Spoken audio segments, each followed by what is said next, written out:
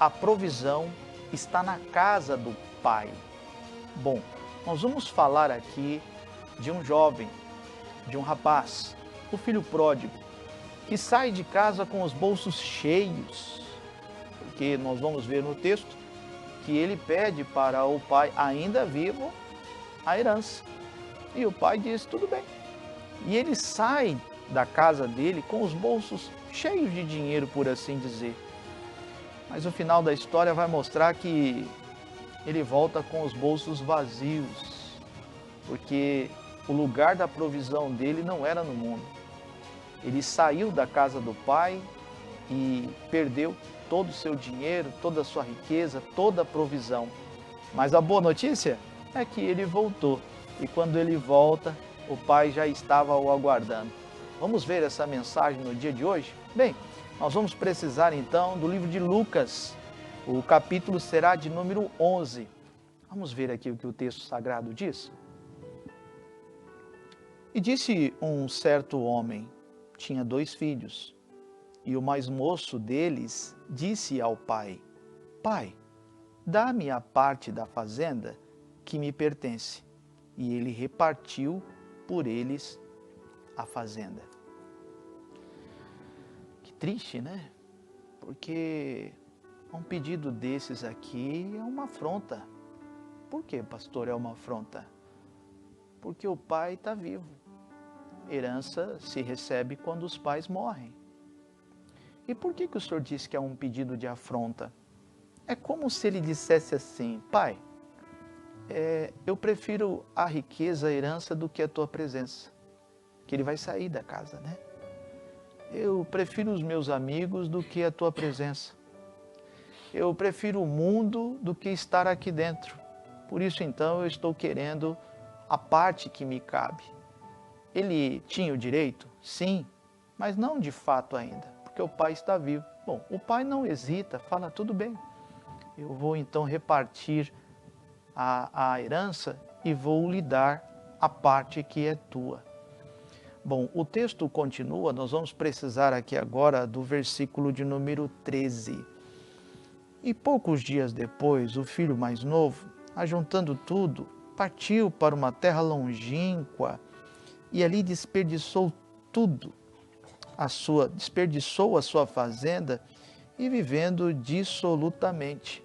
Bom, ele saiu com os bolsos cheios, mas ele foi muito irresponsável. Ele começou a gastar todo o dinheiro que ele tinha e nós vamos ver que o texto diz que uma crise estava a caminho. Nós temos que tomar cuidado para não gastar com aquilo que não é pão. Por isso que eu disse que ele sai com os bolsos cheios e volta vazio.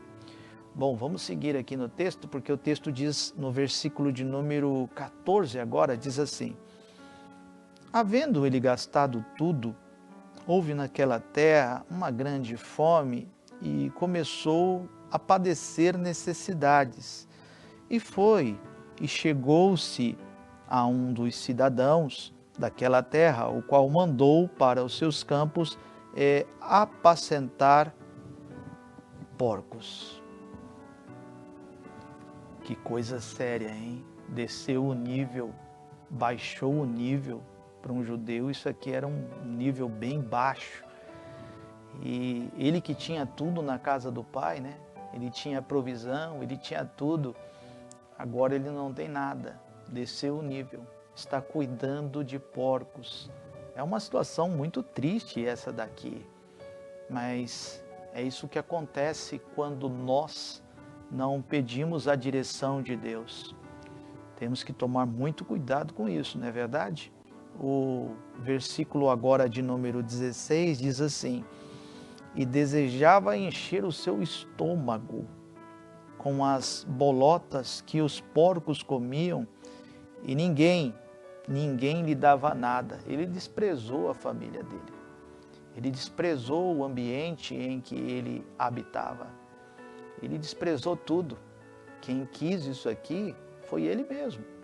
E agora o versículo de número 17, a grande virada no texto sagrado está aqui. Quando o texto diz assim, e caindo em si, ou seja, reconhecer o erro. Tem muitas pessoas que precisam disso, cair em si, porque estão caminhando para um precipício, por assim dizer.